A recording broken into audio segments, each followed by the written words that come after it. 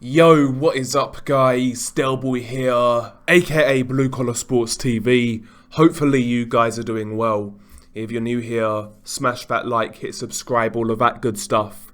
So this video is a quick preview and prediction for Josh Warrington versus Alberto Lopez. Of course, Josh Warrington is defending his IBF featherweight title, which he recently won against Kiko Martinez. And Alberto Lopez is the mandatory challenger for Warrington's title. Now, this is one of those fights that is going under the radar. In many cases, when we have a mandatory type of defense, very often the mandatory is unknown and pretty shit, to be honest. In this case, the mandatory is relatively unknown, but in my opinion, very dangerous. This fight has banana skin written all over it. And the most important thing, this fight stylistically, I believe, is going to be very good to watch, so long as Josh Warrington keeps his head in check and doesn't headbutt. As we know, Josh Warrington is a high output fighter. He throws a lot of punches, he can be aggressive, he likes to trade now and again. He is quite exciting when he's firing on all cylinders, whereas Alberto Lopez himself is very aggressive. He leads with power shots, takes a lot of risks, leading with hooks, uppercuts, and he really does go for the gusto. So you put these two guys together, I think you're always going to get a great fight. I have to be honest, I am rooting for Alberto Lopez in this fight. Quite frankly, Josh Warrington's performance against Mauricio Lara in the second fight left a bad taste in my mouth. As far as I'm concerned, Josh Warrington's conduct in that fight was shocking. I think he weaseled his way out of that fight because he knew it was going to get very tough, and I think he was having flashbacks of that first fight with Mauricio Lara. That's what I saw. So in short, I'm hoping to see a case of divine justice take place on Saturday night, and ultimately, I want to see Alberto Lopez punish Josh Warrington for his sins. We shall see what happens, but it's a good fight. In all seriousness, it's a good fight. Let's briefly break down the tale of the tape. After that, I will go through what I believe each guy should do to win this fight, and at the end, I will make my official prediction. So let's start with Josh Warrington. Josh Warrington has a record of 31 wins, 1 defeat, 1 draw. 8 of those 31 wins coming by way of knockout. Alberto Lopez has a record of 26 wins, 2 defeats, 0 draws. 15 of his 26 wins coming by way of knockout. So when you look at the records, Josh Warrington has more fights, and not only that, he has fought better competition overall. So Josh Warrington is the more experienced guy going into this fight, so that has to be considered. Josh Warrington is listed as 5'7" with a 67-inch reach, whereas Alberto Lopez is only listed as 5'4" with a 66.5-inch reach. So Josh Warrington is the bigger man at featherweight. He's got a 3-inch height advantage and half an inch in reach as well. And yeah, naturally he is just the bigger man. And I think he'll need to utilise that on fight night to win this fight, to keep Alberto Lopez at arm's length. Of course, Josh Warrington is an orthodox fighter, as is Alberto Lopez. Josh Warrington is 32 years old, whereas Alberto Lopez is 29 years old. So yeah, I mean, Alberto Lopez is younger. I would say he's fresher. I don't think he's taken quite the amount of punishments that Josh Warrington has overall. But, that's pretty comparable. Both guys are in and around their primes right now. But when you look at the tail of the tape, Warrington does have the advantages in size and experience. Now, let's briefly break down what I believe each guy should do to win this fight. For Josh Warrington, I think he needs to approach this fight in a similar fashion to how he approached the Kiko Martinez fight. I felt in the Kiko Martinez fight, Josh Warrington did a much better job of picking his moments, when to throw when to throw his combinations and when to kind of step back, try and keep Kiko at arm's length. I felt he picked his moments really well in that fight. I felt there were moments though where he would throw his combination and he would stay in the pocket too long against Kiko, but Kiko never punished him for it, although Kiko did break his jaw in that fight. One thing in this fight that in my opinion is key for Josh Warrington is not to get too greedy. When Warrington opens up, I would keep it minimum to maybe a 3-punch combination, 4 at max, and then basically spin out and make Bernardo Lopez reset, and in the meantime try to really utilise that lead hand, that jab. Try to keep Bernardo Lopez at arm's length and give him something that preoccupies him, because one thing about Bernardo Lopez, he's not scared to lead with power shots.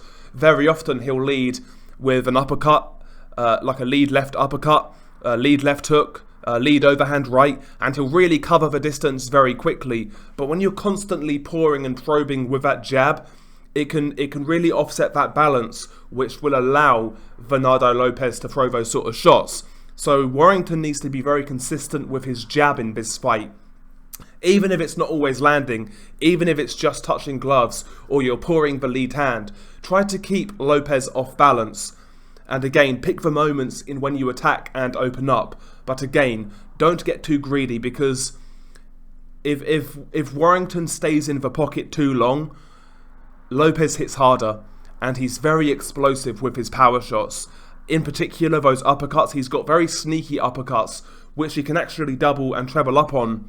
And I feel against Warrington, that uppercut in the exchanges, if Warrington stays there too long, could be a very good shot for Bernardo Lopez. So Warrington needs to be careful of that. Not only that, Bernardo's a good body puncher as well. He's got a nice chopping right hand, a short chopping right hand around the side, which he kind of loops. Again, those sort of shots sometimes are hard to see in the exchanges, especially when a guy like Lopez is throwing them. He throws his shots from different angles, from different levels. Sometimes he'll be throwing his shots while from his waist, basically. He throws at different angles and he's very unorthodox. So again, Warrington has to be super careful of the exchanges in this fight. I wouldn't like to see him getting caught up in a war of attrition against Bernardo Lopez. We saw the previously unbeaten prospect Gabriel Flores Jr. tried to do that against Lopez, and Lopez just completely exposed him and beat him up. So Warrington needs to be careful of that. He needs to be in and out here, and he needs to be fighting with great discipline. And again, distance control for Warrington will also be key. He also needs to keep his hands nice and high. One thing I will say with Warrington's guard in this fight, I think that guard should actually be relatively loose so that he can move and pull his hand back to block those hooks of Lopez, because Lopez very rarely leads with straight punches. So if Warrington's got that real tight guard, you might see the risk of Warrington actually almost blinding himself, and then Lopez punching around the guard with his wild shots. I think Warrington's guard in this fight has to be a little looser so that he can be active with his guard. He can move his hands back and forth. He can block the hooks. He can block the uppercuts, etc. That guard has to be a lot more fluid, a lot looser in this fight. Usually, I would advise the opposite, but given the sort of fighter that Lopez is, I think that Warrington will need to use a loose-ish guard. And when I say loose, I mean just like an active guard, basically. And yeah, Warrington basically needs to box in this fight primarily, but ultimately he will still need to put the exclamation points on certain rounds. So yeah, there's going to be times where he needs to throw those combos. There will be times where he needs to fight Lopez off, kind of thing, but he needs to try and keep that to a minimum. Another thing, if at all possible, I think that Warrington should try to target the body of Luis Alberto Lopez, because Alberto Lopez really loads up with every single shot, basically. So trying to target that body early on, combined with the fact that he's going to be loading up a lot, it could be a good way to drain Lopez's stamina.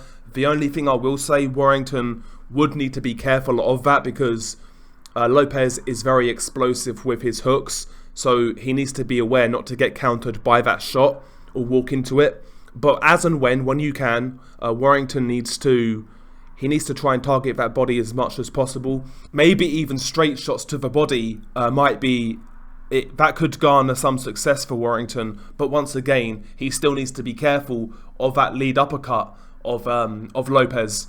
But yeah, for me, Warrington, this fight really comes down to how disciplined he is, and it's whether he's drawn into a fight or not, basically.